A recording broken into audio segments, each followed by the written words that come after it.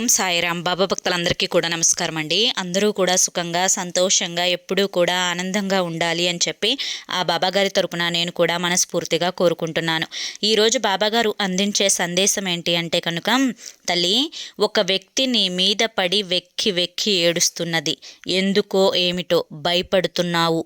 జాగ్రత్త, ఏం జరుగుతుందో ఏమో తల్లి. ఆ వ్యక్తి ఎవరు అంటే కనుక ఈ వీడియో నువ్వు చివరి వరకు చూస్తేనే పూర్తి వివరాలు అనేవి తెలుస్తాయి.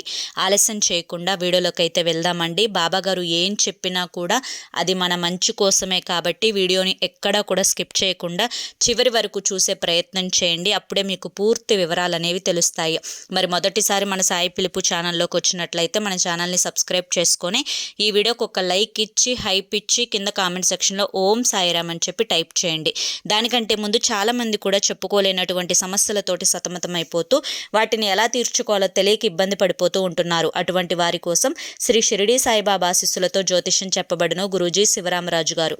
Phone number 995994225552. మీరు ఇప్పటి వరకు ఎన్నో చోట్ల జ్యోతిష్యం చెప్పించుకొని మీరు ఆశించిన మార్పులు మీ జీవితాలలో జరగలేదని చెప్పి బాధపడి ఉంటారు. కానీ ఇక్కడ అస్సలు అలా జరగదండి. మీ సమస్యలు ఏవైతే ఉన్నాయో, ప్రేమ, పెళ్లి, ఉద్యోగం, రాజకీయం, సంతానం లేక ఇబ్బంది పడుతున్న, భార్యాభర్తల మధ్య గొడవలున్నా, అప్పుల సమస్యలున్నా, శత్రువుల సమస్యలున్నా, అవేంటో మీరు గురువుగారికి వివరించి చెప్పినట్లయితే వాటికి తగిన పూజలు చేసి గురువుగారు మీకు రోజులలోనే పరిష్కారాన్ని చూపిస్తారు. గురువుగారు చెప్పింది చెప్పినట్లు 100కు 1000% జరుగుతుంది. నమ్మకంతో స్క్రీన్ మీద కనిపిస్తున్న నెంబర్కి కాంటాక్ట్ అవ్వండి. అంతేకాకుండా భార్యాభర్తల మధ్య వశీకరణ, స్త్రీ మరియు పురుషుల మధ్య వశీకరణ 100% జరపబడును. ఎటువంటి సంతాన సమస్యలకైనా కానీ గురువుగారి దగ్గర చక్కటి పరిష్కారం అనేది దొరుకుతుంది. మాకున్నటువంటి ఎన్నో రకాలైన సమస్యలు గురువుగారు వారి యొక్క పూజల వల్ల తీర్చారండి. మీరు ఈ నెంబర్కి అయితే కాంటాక్ట్ అవ్వండి. ఇక ఆలస్యం చేయకుండా బాబాగారి యొక్క సందేశం ఏంటో ఇప్పుడు మనం తెలుసుకుందాం. తల్లి, ఒక వ్యక్తి నీ మీద పడి వెక్కి వెక్కి ఏడుస్తున్నది. ఎందుకు ఏడుస్తున్నది? అసలు దాని వెనుక కారణమేంటి? నువ్వు తనకు ఏదన్నా అన్యాయం చేశావా? లేదా నీ వల్ల తనకు ఏదన్నా నష్టం జరిగిందా? లేదా నీ వల్ల తను ఏదన్నా కోల్పోయిందా? అసలు నీ మీద పడి ఏడవడానికి గల కారణం ఏంటి? ఆ వ్యక్తి నీ మీద పడి ఏడ్చి ఏమి సాధిస్తుంది? తనకు దానివల్ల కలిగే ఉపయోగం ఏంటి? అసలు ఆ వ్యక్తి ఎవరు అనేది నేను నీకు పూర్తిగా వివరించి చెప్తాను.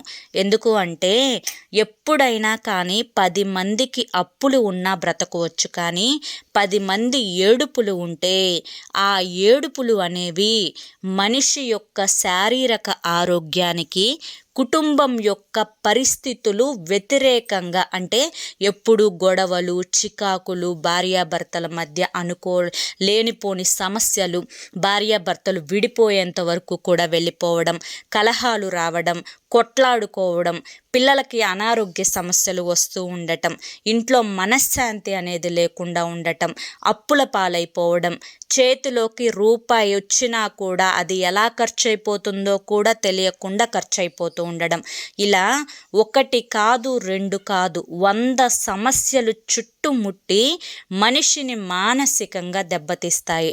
బిడ్డ, ఈ మధ్య అనుకోకుండా ఒంటరితనాన్ని నువ్వు ఫీల్ అవుతూ ఉన్నావు. ఏదో కోల్పోయినట్లుగా, నాకు ఎవ్వరూ లేరు, నేను ఒంటరి దాన్ని అని నీ మనసుకు అనిపిస్తూ ఉండడం, చేసే పనుల్లో కలుసుబాటు రాకుండా ఉండటం, అలాగే ఎప్పుడూ కూడా మానసిక వేదన, మనస్ఫూర్తిగా సంతోషంగా నవ్వి నువ్వు చాలా సంవత్సరాలే అయిపోయింది. అలాగే మీ ఇద్దరు, అంటే భార్యాభర్తలు ఇద్దరి మధ్య కూడా ఏదో ఒక గొడవ జరుగుతూనే ఉంది. మీ ఇద్దరి కారణంగా పిల్లలు మానసిక వేదన చెందుతూ ఉన్నారు. మా అమ్మ నాన్న ఎప్పుడు గొడవ పడుతూ ఉన్నారు. అయ్యో, ఇప్పుడు మా నాన్న బయట నుంచి వస్తే మమ్మల్ని ఏమంటారు, వీళ్ళిద్దరూ ఏం గొడవ ఆడుకుంటారు అని చెప్పి మానసికంగా భయపడుతూ పెరుగుతూ ఉన్నారు. దీనివల్ల వారి యొక్క చదువు మీద ఎఫెక్ట్ పడుతూ ఉండడం, పిల్లల గురించి ఆలోచించి నువ్వు కూడా కాస్తంత బాధపడుతూ ఉండటం, అలాగే నీ యొక్క భర్త పరిస్థితి అనేది నీకు అనుకూలంగా కాకుండా నీకు వ్యతిరేకంగా ఉండటం, ఇదంతా కూడా ఆ వ్యక్తి ఏడుపు వల్ల మాత్రమే జరుగుతుంది. ఇంతకు ఆ వ్యక్తి స్త్రీనా లేకుంటే కనుక పురుషుడా అని చెప్తే ఆ వ్యక్తి 100% స్త్రీ. మరి ఇంట్లో వ్యక్త బయట వ్యక్త అంటే కనుక ఖచ్చితంగా ఇంట్లో వ్యక్తే. ఆ వ్యక్తి కూడా మీ ఇంటి పేరుతో కలిసే వస్తుంది. తన ఇంటి పేరు అంటే ఇద్దరి ఇంటి పేరు కూడా ఒకటే. మరి మీకు బంధువా లేకుంటే దూరపు బంధువా లేదా ఇంట్లో వ్యక్తి అంటే కనుక ఆ వ్యక్తి ఇంట్లో వ్యక్తే, దూరపు బంధువు అయితే మాత్రం కాదు. ఈ వ్యక్తి వల్ల నీకు కలుగుతున్న నష్టాలు ఏంటి అంటే కనుక మొదటి నుంచి కూడా ఈ వ్యక్తి తన యొక్క విశ్వరూపాన్ని నీ దగ్గర చూపిస్తూ నిన్ను ఎక్కడ ఉంచాలో అక్కడే ఉంచేసి, నీ మాట ఎంత తెలివిగా ఉన్నా కానీ, నీ మాట ఎంత ఉపయోగకరమైనదైనా కానీ, నువ్వు నీ కుటుంబ క్షేమం కోసం ఏ మాట మాట్లాడినా కానీ అవి అసలు తను లెక్కలోకి కూడా తీసుకోకుండా ఎక్కడివి అక్కడ నీ మాటలు కట్ చేసుకుంటూ నిన్ను అవమానిస్తూ నీ యొక్క సొంత జీవిత భాగస్వామి దగ్గరే నిన్ను హేళన చేసి నిన్ను తక్కువగా మాట్లాడి నిన్ను ఎక్కడ పెట్టాలో అక్కడ పెడుతూ వచ్చింది. అలాగే నీ బిడ్డలని కూడా కనీసం చిన్న పిల్లలు అన్న ప్రేమ కూడా లేకుండా, వారిని కూడా దగ్గరికి తీసుకోకుండా, వారిని ఎంతవరకు ఉంచాలో అంతవరకే ఉంచింది.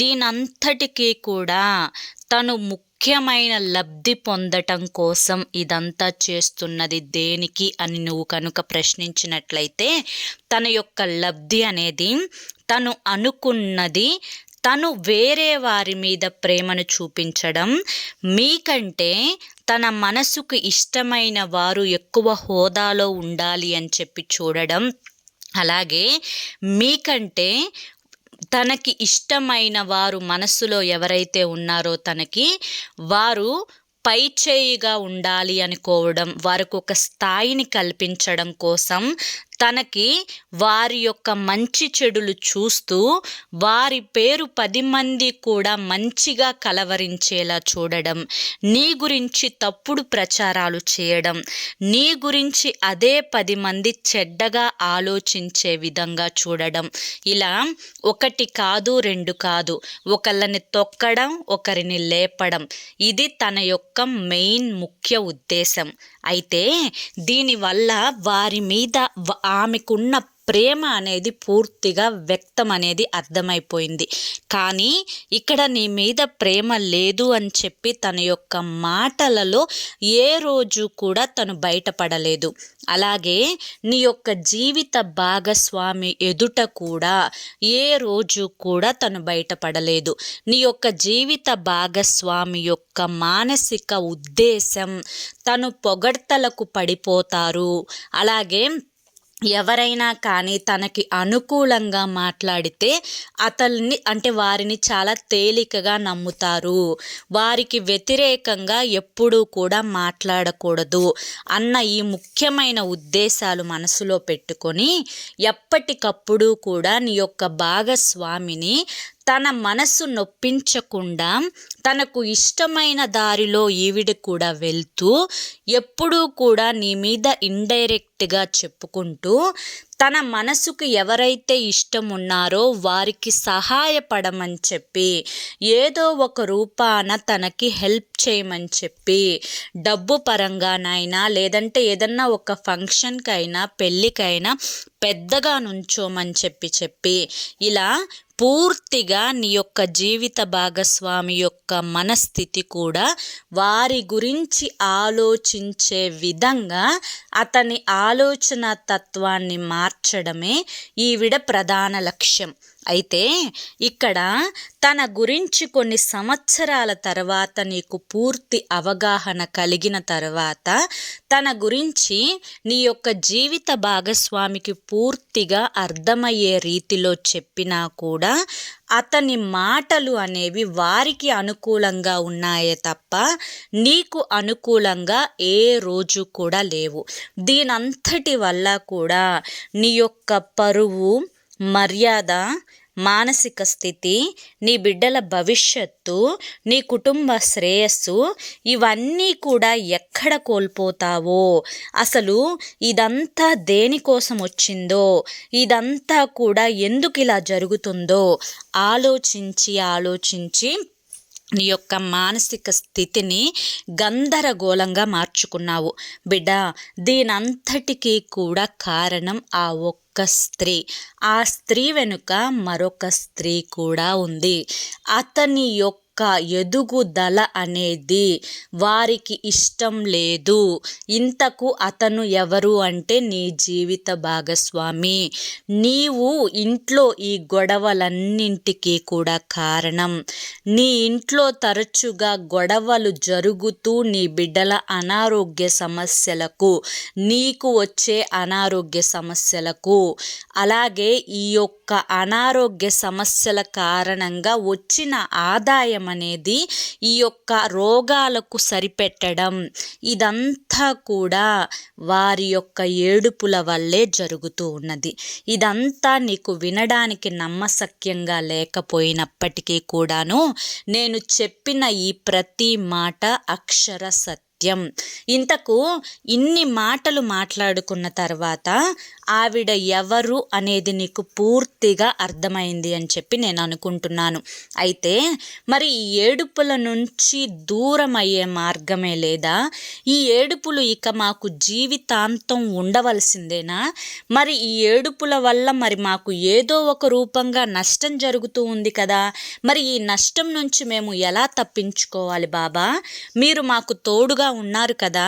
మంచైనా చెడైనా ఏ చెడు మమ్మల్ని తాకకుండా, ఏ దిష్టి మా దగ్గరికి రాకుండా మేము ప్రశాంతంగా ఉండాలి అంటే ఏం చేయాలో మీకు తెలీదా బాబా?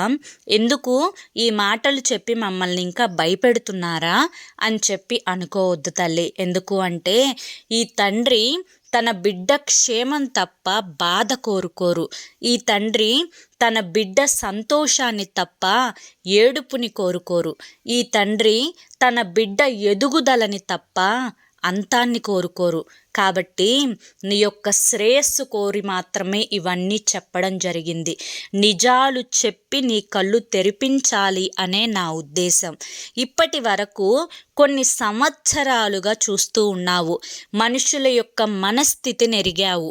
అలాగే ఎవరు నీవారు, ఎవరు నీ కుటుంబం మీద పడి ఏడ్చేవారు, అసలు ఏం జరుగుతుంది అన్నీ కూడా నీకు తెలుసు. కానీ కొన్ని అర్థమవుతున్నాయి, మరికొన్ని అర్థం కావడం లేదు. ఇక నీ యొక్క భర్త విషయానికి వస్తే తనకు ఏది కూడా అర్థం కావడం లేదు. పైగా అన్యాయం చేయాలి అనుకున్న వారు రక్త సంబంధికులు కావడం చేత తనకి నమ్మశక్యంగా కూడా అవ్వడం లేదు. వారి మాటల్లోనే ఉంటున్నారు. ఏది ఏమైనప్పటికీ కూడాను బిడ్డ, మొదట నీ యొక్క జీవిత భాగస్వామిని తెలివిగా మార్చుకునే ప్రయత్నం చెయ్యి. మంచికి చెడుకు వ్యత్యాసాన్ని ప్రతిరోజు చెప్పుకుంటూ రావాలి. నేను ఇంతంటే నువ్వంతా అని చెప్పి గొడవలు పడటం వల్ల ఎటువంటి ఉపయోగం ఉండదు. ఈ గొడవలు అనే ఈ యొక్క కార్యక్రమం మీ ఇంట్లో ప్రతిరోజు జరుగుతున్నది. ఇక్కడ ఢీ అంటే ఢీ అంటూ పోవడం వల్ల పిల్లల భవిష్యత్తుకు నష్టం, అంతరాయం కలుగుతుందే తప్ప గొప్పగా సాధించే నోబెల్ బహుమతులు ఇక్కడ ఏవి కూడా లేవు. కాబట్టి కాస్తంత తెలుసుకుంటావు, నా తల్లి కళ్ళు తెరుచుకొని నిజాన్ని తెలుసుకుంటుంది అన్న ఉద్దేశంతోనే చెప్తున్నాను.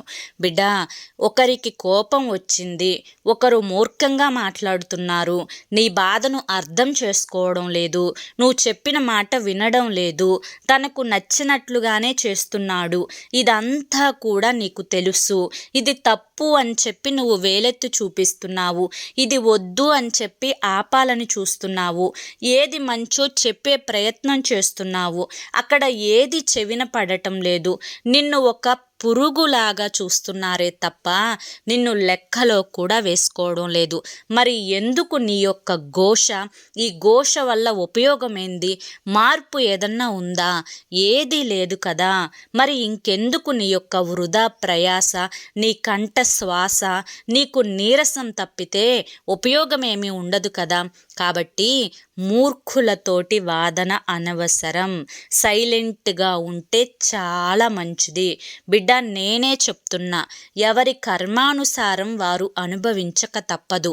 ఎవరికి తెలిసే సమయం వచ్చినప్పుడు వారికి ఖచ్చితంగా తెలుస్తుంది. కొన్నాళ్ళు ఓర్పు భరించాల్సిందే, ఓర్పుగా ఉండాల్సిందే. నీవు అన్ని విషయాలు తెలిసిన దానివై ఉండవచ్చు, నీకు ఎదుటివారి ప్రశ్నలకు సమాధానం చెప్పేంత తెలివితేటలు ఉండవచ్చు. కానీ కొన్ని సమయాలలో చెవులు ఉండి చెవిటివారిలాగా, కళ్ళు ఉండి గుడ్డివారిలాగా, నోరు ఉండి మూగవారిలాగా బ్రతకాలి. అలా బ్రతికినప్పుడే అనుకున్న లక్ష్యాన్ని శ్రమ లేకుండా చేరుకోగలుగుతావు బిడ్డ. మరి వీరి ఏడుపుల నుంచి బయటపడడానికి వీలైనంత వరకు వారి కంటికి దూరంగా ఉండే ప్రయత్నం చేయండి. ఒకవేళ ఆ ప్రయత్నం చేయడం అనేది సాధ్యం కాని పక్షంలో ప్రతిరోజు కూడా నీకు అలాగే నీ బిడ్డలకు రాళ్ళ ఉప్పు, నల్ల ఆవాలతోటి దిష్టి తీసివేసుకోవాలి, లేదా అగ్నితోటి దిష్టి తీసివేసుకోవాలి. లేదంటే ప్రతిరోజు బయటకు వెళ్ళేటప్పుడు నువ్వు నీ బిడ్డలకు ఎదురు వచ్చి పంపించు. ఇంటి ముందు తులసమ్మని ఉంచుకోవాలి. ప్రతి అమావాస్య రోజు ఇంటికి బూడిద గుమ్మడికాయతోటి దిష్టి తీసివేసుకోవాలి. ఎప్పుడైనా పొలిమేర దాటినప్పుడైనా లేదా వారితో పాటు బయటకు వెళ్ళినప్పుడైనా ఒక నిమ్మకాయను జేబులో పెట్టుకొని ఆ నిమ్మకాయతోటి మళ్ళీ ఇంటికి వచ్చిన తర్వాత తలపై భాగంలో ఎడమ చేతి వైపు 3 సార్లు, కుడి చేతి వైపు 3 సార్లు తిప్పి ఆ నిమ్మకాయను దూరంగా విసిరిపడేసి కాళ్ళు, చేతులు, మొహము కడుక్కొని లోపలికి రావాలి. అలాగే అరికాలులో కాటుక చుక్క పెట్టుకోవాలి. తినే అన్నంలో మొదటి ముద్ద కాకికి పెట్టాలి. ఇంట్లో నిత్యం దీపారాధన చేసుకోవాలి. అలాగే ప్రతిరోజు కూడా మీరు తిన్నది అరగాలి అన్నా, లేకుంటే కనుక మీరు తిన్నది మీ ఒంటికి పట్టాలి అన్నా కానీ ప్రతిరోజు అన్నం తినే ప్రతిసారి ఆఖరి ముద్దను దిష్టి తీసివేసుకొని నల్ల కుక్కకి పెట్టే ప్రయత్నం చెయ్యి. ఈ విధంగా ప్రయత్నం చేస్తూ ఉండగా సమస్యలు అనే సుడిగుండంలో నుంచి చాలా తొందరగా బయటికి వస్తావు. అలాగే ఏదైనా అమావాస్య రోజు శనగలను ఒక రాత్రి ముందే నానపెట్టి ఉడకపెట్టి వాటిని తిరగమాత వేసి శివాలయంలో కానీ లేదంటే కనుక వెంకటేశ్వర స్వామి గుడిలోనైనా కానీ ఈ శనగలను పంచిపెట్టడం వల్ల నీకున్నటువంటి దిష్టి దోషాలు, అలాగే నీ జాతకంలో ఏదన్నా దోషాలు ఉన్నా కూడా పూర్తిగా తొలగిపోతాయి.